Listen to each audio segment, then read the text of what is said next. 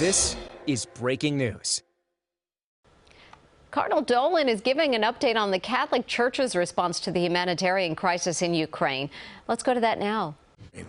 I'm 72 years old. I can never remember the world being so united as it is now, united with the people of Ukraine and united against the Russian atrocity led by Putin. And the reaction has been phenomenal in three ways. First of all, in prayer with and for the Ukrainian people. In fact, tomorrow we're going to gather in front of the cross of Ukraine and in front of the icon of Our Lady in unity with Pope Francis in Rome, in deep prayer for the people of Ukraine and the people of Russia. So there's a unity in prayer. Secondly, there's a unity in advocacy as the world is standing up and saying this can't be tolerated. And thirdly, there's a real unity in relief, in getting the people of Ukraine the supplies and just the relief that they need in a time of suffering. So I'm very grateful to very competent people who are with us this morning. On my left is the Archbishop, is the ambassador of Ukraine to the United Nations, Ambassador Serhiy Kislita. Did I say it right? And his last name is the Ukrainian word for shamrock. Isn't that beautiful? So we're grateful you're here. You all would know Archbishop Gabriele Katcha, who is the Holy Father's ambassador to the United Nations. So we got two top-notch ambassadors. Archbishop Boris Gutsiak, who in addition to being a good friend of mine, is the Ukrainian Catholic Archbishop here in the United States and has only recently returned from Ukraine and Europe. And Monsignor Peter Vicari, who is the executive director of what we call the Catholic Near East Welfare Association. So you see those three ways of unity, prayer, advocacy, and relief, are going to be addressed this morning. I would like to begin with our two ambassadors because they have to leave after they share some time with you, because there's a very critical resolution being discussed this morning at the United Nations. The ambassador might be able to tell you about that. So, Ambassador, would you please start off and maybe help our good people who are here today understand the crisis and the developments, and then I'll ask Archbishop Katcha. All right, please. Ladies and gentlemen, good morning. Brothers and sisters, believers, non-believers, I'm happy to see all of you.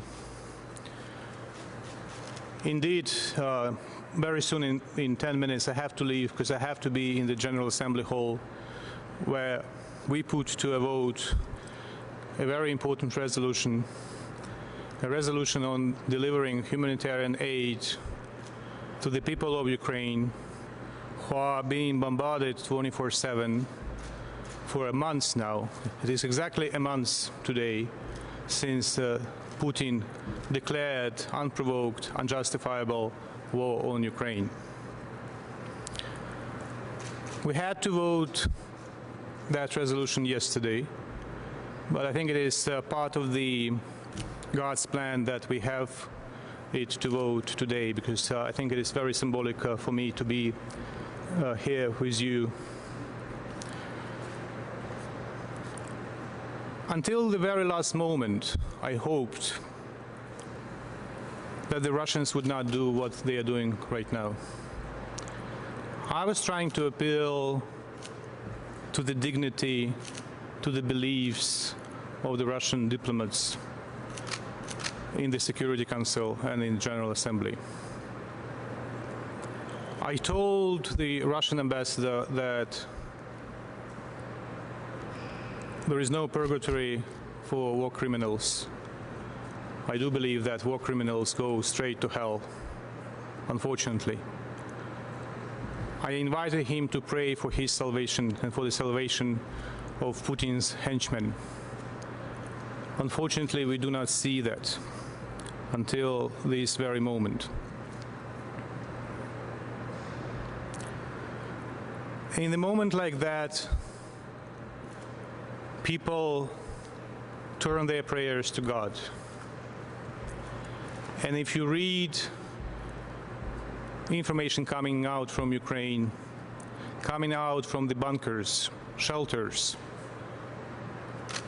other places where people try to flee to or to hide, we increasingly see that people turn their prayers to God.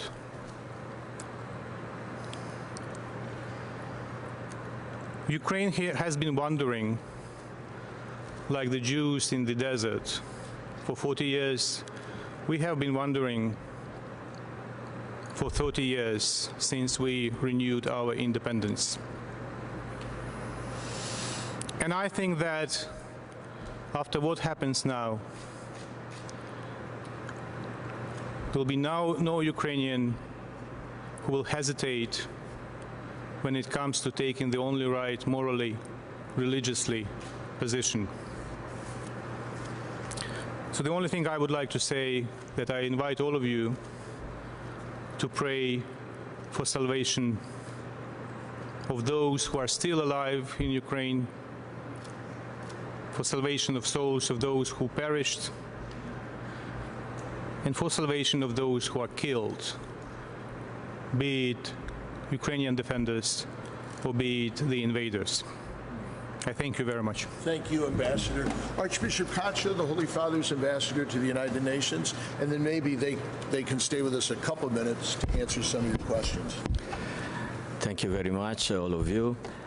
There is a great suffering of the people there, those who are under the shells, those who see their family members dying or without food. But there is also a moral suffering, especially Pope Francis. He wanted a new humanity, fratelli tutti. We are all brothers and sisters. We belong to one human family. And what is happening now is a defeat of our common humanity. That's why there is a big suffering. And the Holy Father is not in despair, because even in this moment, we have the cross. The cross is a sign of the wickedness of the human beings, but also the hope that the resurrection can overcome. And so the Holy Father is trying to put seeds of hope. I would say personal seeds. You know that the day after the war broke, he went personally to the residence of the Russian ambassador to the Holy See. Something very unusual in the diplomatic protocol, to show that he wanted to be part, he wanted to be in dialogue, he wanted to understand, he wanted to plead. Then he talked already twice with the president of Ukraine. He sent for a call his Secretary of State with the Minister of Foreign Affairs, Lavrov. We are offering possibility of mediation. If invited, of course, we are trying to keep open all the doors, because this is one hope, that negotiations, real negotiation, will start. But of course, in the meantime, also the Holy Father is concerned with the reality on the ground.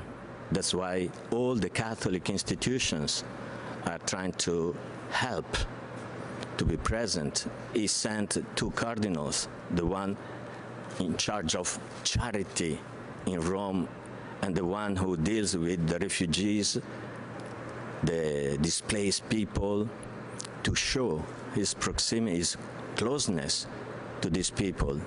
And so many Catholic institutions are welcoming refugees in neighboring countries, but also inside Ukraine. All the churches are open to welcome people without home, without food, without something to drink.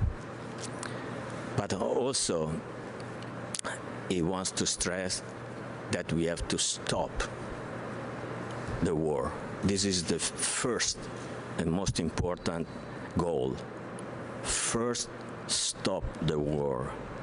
The weapons should be put down, and then take care of people, and then start talking about possible solution.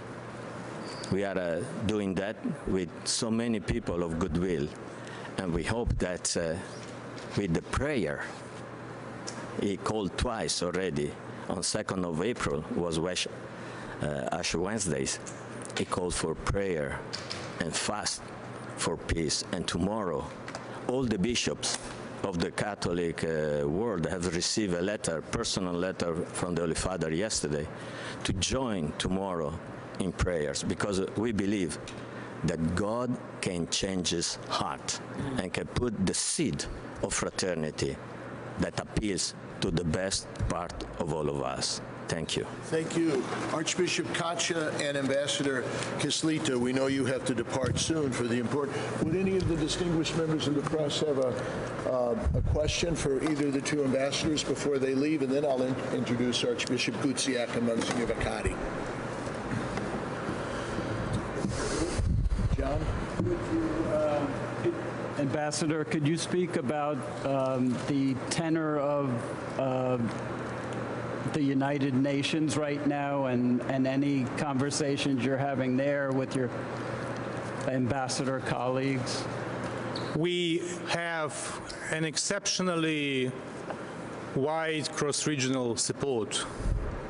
So there is this body of the United Nations where healthy forces are clearly in majority.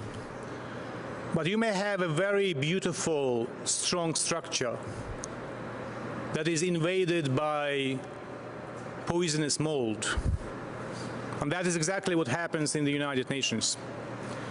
If you do not care about the mold, if you do not remove the mold, if you just put a fresh paint on the mold, it eats the structure, no matter how often you put the fresh paint on the mold.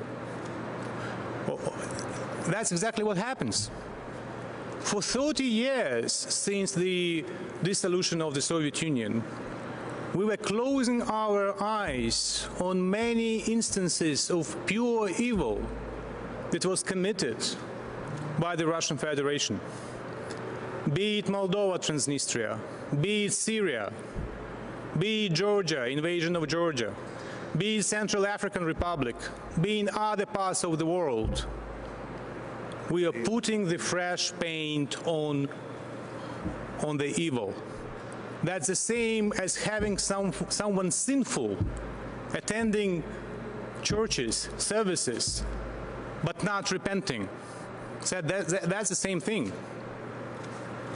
So I call on the United Nations almost daily. Stop putting this fresh paint on the mold.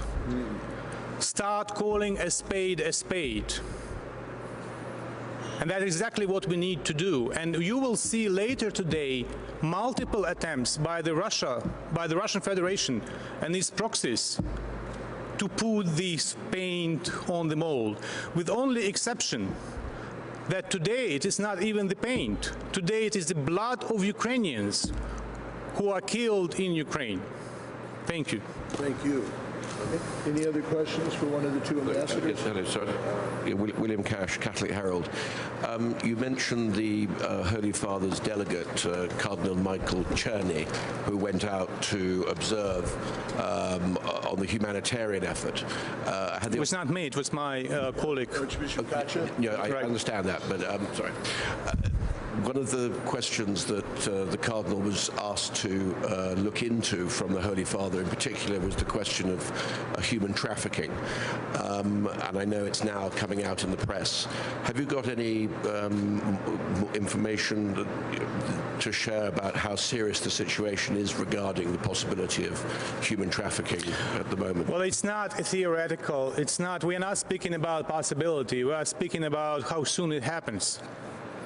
And we are speaking about whether the European and global institutions that have mandate to fight it will organize themselves to do that. We are speaking about 3 million Ukrainian refugees scattered across Europe and in other countries of the world. They are multiply affected and they are very vulnerable. Therefore, it should not be a premise or academic discussion. That should be part of the planning of every single government where the refugees are, be it Poland, be it Slovakia, be it Hungary, be it the United States. It happened before, but remember the crisis with Middle Eastern refugees, where in a course of a year, Europe received less than 1 million refugees. Now we are dealing with a crisis where, in the course of a couple of weeks, Europe received a couple of millions of refugees. So you can imagine the scale of the tragedy and the volume of the responsibility that many governments are finding themselves with.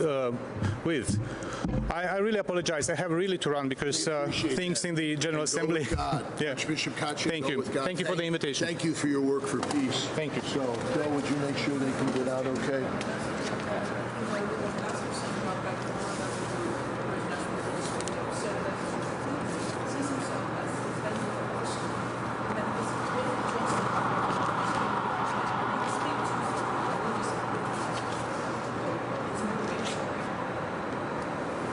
This is a very important question, but you should ask these questions to Mr. Putin, not to me. I can't.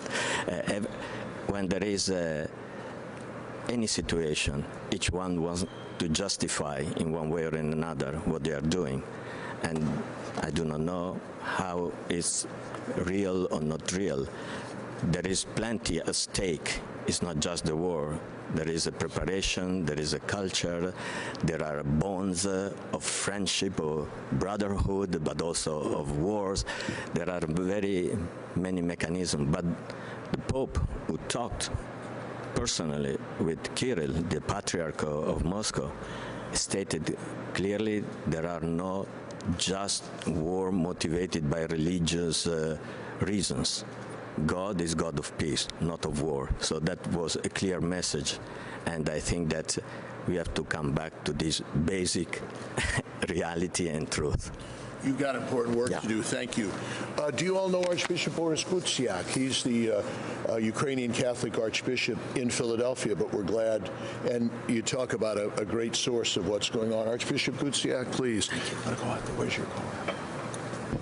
Thank you, Your Eminence, and thank you, dear friends. First of all, thanking for hospitality, I want to thank you for the work you do and your colleagues. Some of them have given their lives to bring the truth to the world.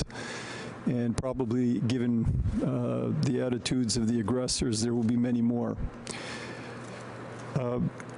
Cardinal Dolan mentioned prayer, advocacy, and aid. Tomorrow, I hope it is clear to everybody that there will be a global gesture of prayer in which the entire Catholic world, based on the apparition in Fatima in 1917, will be praying for the conversion of Russia and for peace in Ukraine throughout the whole world at one time. And we are very grateful for everybody that prays with us. Cardinal Dolan has been a great leader in this. The whole Conference of Bishops have followed the lead of Pope Francis, and we thank all the Orthodox, all the Protestants, all the Jews, the Muslims, and all people of faith who are praying. Secondly, the advocacy, the information. It's really very important to understand what are the primary reasons for this invasion. People want to know, why is this being done? Why is this being done? Why do you think it's being done? Because Putin is terrified of having democracy. Exactly, exactly. You get an A+. Take that home. It's not NATO. It's not threats from the West. It's not threats from Ukraine, who had 900,000 soldiers in 1991, and that army was reduced to 100,000 in 2014, of which about 10,000 were battle-ready when Crimea was annexed. Ukraine gave up its nuclear arsenal. It's the first country in human history to unilaterally give up nukes. It had more nukes than the United Kingdom, China, and France put together. It had the third biggest nuclear arsenal. What stronger demonstration of peaceful intentions can there be? It's the democracy, it's what you people do freely in Ukraine, the freedom of the press. It's the elections. 6 presidents have been elected in 30 years in Ukraine. No president ever in Russia has lost an election. And this disease of democracy cannot enter Russia because it will threaten oligarchic kleptocracy. And that's why the sanctions against the oligarchs are so important, because there's been a whole network, a whole structure enabling what is now finally culminating. And now we come to the third point, the aid. There are at least 3.5 million refugees outside of the country in 1 month.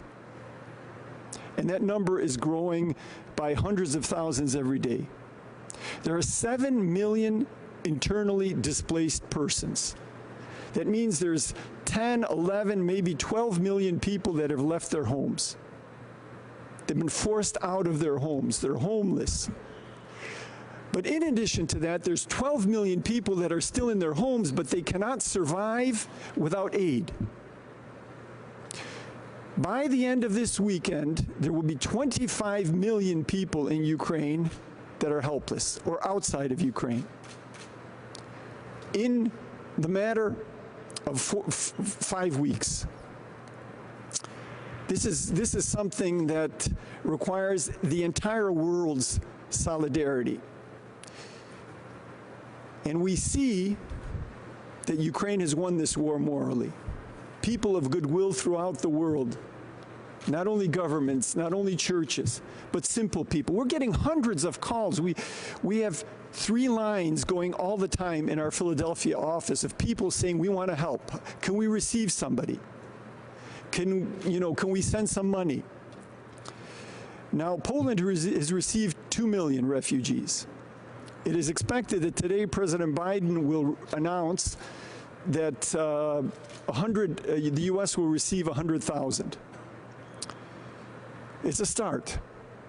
But Poland is a much smaller country, 1/10 the size, and it's received 2 million. And it's very important that the American people's desire to receive refugees will be made possible by some legislation and some policy. So there's an important step today that is being taken. I ask all of you to share the truth and share the good news. There's a tragedy, but there's a great victory. Europe is united. The North Atlantic relationship has gotten new purpose. People are starting to believe in things. You know, we were kind of lost in the beginning of the 20th century. What do we believe in? It's all transactional, it's all commercial, and all of a sudden we see that there's something that thousands of Ukrainians believe is worth dying for. And you know, my other question is, why is there's solidarity there? Why are all these people in all these countries all of a sudden rising up, wanting to pray, help, speak the truth, push their governments? Because they're seeing the greatest love. What does Jesus say? There is no love greater than when one gives one's life for one's friends. It's John 15:13. There's no greater love than when one gives one's life for one's friends. And that is happening. Tens of thousands of Ukrainians have come back to defend the innocent, defend their homes, defend the hospitals. There's over 100 hospitals destroyed, close to 300 schools, 10,000 miles of roads. There's $10 billion worth of infrastructure damage every day. And yet, people are not giving up. It's a biblical story. It's David and Goliath. Nobody expected it will last a week. And now we're beginning the 2nd month. And it is largely because of the communication that you make possible, and that your colleagues have been making possible even at the cost of their lives. This is a transformational moment for the world. Ukraine is at the heart of it, and in the middle of Lent, we are walking towards the resurrection but we understand the resurrection entails is preceded by the cross.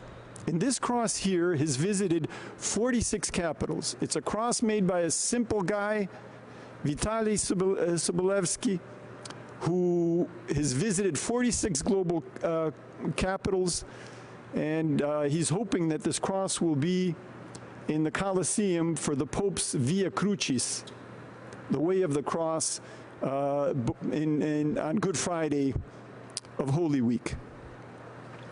Tomorrow, Cardinal Dolan at this cross will be participating in this prayer. I will be with Archbishop Nelson Perez in Philadelphia together praying. And I am confident that God's truth, justice, freedom, liberty will prevail. Thank you, Archbishop. Cardinal Dolan, I hope will be back in a moment, but I would like to ask Monsignor Peter Vaccari, who is the Executive Director of the Catholic Near East Welfare Association. That's a papal agency devoted to assisting the churches in the East. I'd like to ask him to say a few words about the work that they are doing to aid the refugees and the church in Ukraine. Monsignor? Thank you, Joe, Your Excellency. It is really an honor to be here. His Eminence Cardinal Dolan serves as the chair of the Board of Trustees of Catholic Near East Welfare Association. As Cardinal Dolan and His Excellency Archbishop Gutsiak have said, the priorities also for CNEWA, C-N-E-W-A, are solidarity and prayer, trying to disseminate correct, truthful information, and trying to raise consciousness by raising funds that in turn we are able to support those who are suffering in Ukraine and those who have become refugees and have sought some kind of relief in the countries into which they have gone. Together, the New York office, which is headquarters for CNEWA, and our office in Ottawa have joined together. For many years, we have worked with partners in Ukraine. Out of that Ottawa office, we continue to do that. From New York and in coordination with the Ottawa office, we continue with partners on the ground to try to bring financial help where we can in Ukraine. And we have increased our own communication and our own networking with the countries into which many from Ukraine have gone. Archbishop Gutsiak has shared with you the numbers. Our manner, our way of operating as Catholic Near East and as a papal organization, as His Eminence has said to you, is that we work through the local church. We work through the papal nuncios. We work through the bishops and the eparchs in those local churches. So in the case of the situation here, where we're trying to bring relief, we are working with Poland. With Poland, we are working with the Supreme Council of the Knights of Columbus and also with Caritas to try to bring aid into Poland. With the Knights of Columbus, who have established these mercy huts, these mercy centers, we're working with them to receive refugees who are coming from Poland. Archbishop Gutsiak has shared with you the numbers on that. We are also working in the neighboring countries. We are working in Hungary. We are working in Slovakia, where in particular, and just this morning, I was able to hear from the Archbishop from the Eparchy of Archbishop Cyril Vasil, who has shared with me that the funds that we have sent have been received there. We're also working with the Papal Nuncio in Moldova and Romania. It's important for us to be together in prayer, in the dissemination of true information, and in the raising of funds. And for us, that raising of funds also has to come with the knowledge that the funds are getting to the destination safely. So that's a high priority for us. On our website, I think you can see the invitations to those three different moments: solidarity and prayer, dissemination of information, and for those who wish, the possibility to donate so that CNEWA's work in those countries where the refugees are going, as well as continuing to work with the Church of Ukraine on the ground, will be able to continue. Your Eminence, thank you for the opportunity. We're proud of you. Catholic Near East Welfare Association. Thanks, Archbishop Gutsiak. Any questions for Archbishop Gutsiak or Monsignor Vaccari? Joe? I ask, if you're going to ask a question, I'll pass you the mics for the benefit of the cameras, and if you just identify who you would like to speak to and also identify yourself so they know who you're talking to. John, start. John Lavenberg, national correspondent with Crux. Archbishop Guziak, you mentioned that President Biden is expected to announce that the U.S. will take in 100,000 refugees and that that's a good step. Given that vast number of Ukrainian refugees, how quickly do you think that should be ramped up, and what would you like to see in terms of policy and a plan to do so? Refugee issues are always complex, and the U.S., for various reasons, has had, let's say, filters because of terrorist possibilities. It's important to realize that 90% of these refugees are women and children, because men between the ages of 18 and 60 cannot leave Ukraine. And they are enlisting themselves in the defense of the country.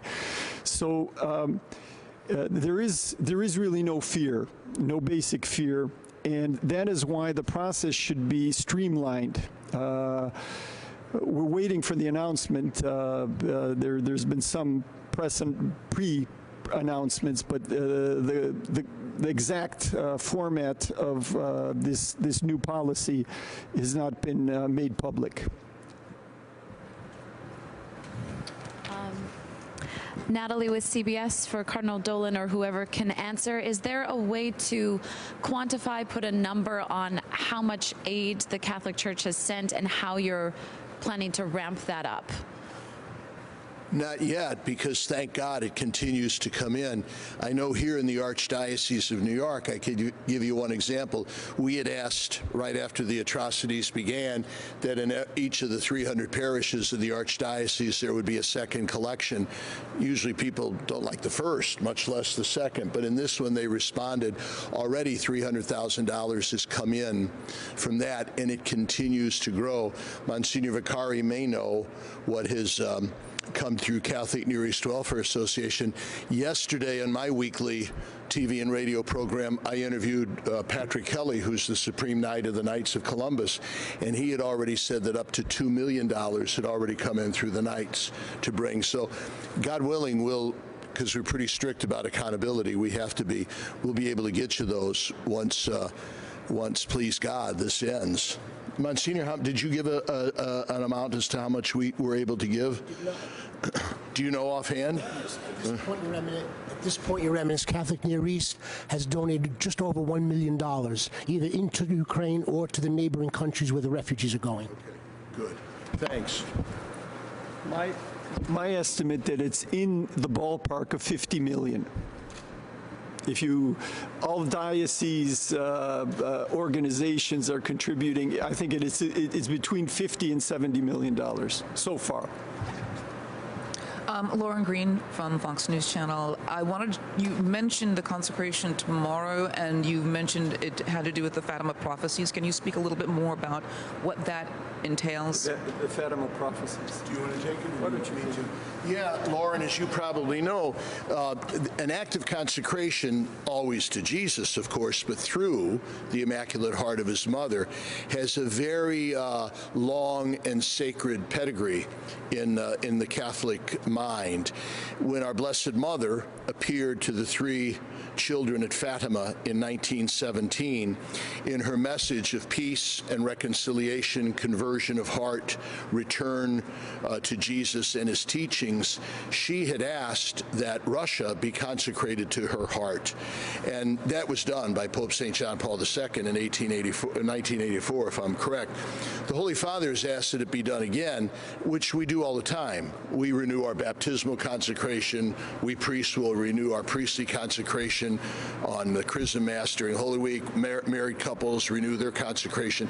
The Pope has asked that we renew that, and he singled out both Russia and Ukraine, 2 peoples, as Archbishop Kacha, who were very united. That exacerbates the tragedy today, because they are very close, and one way they're very close is in their love for the Mother of Jesus. So this is a very powerful sign.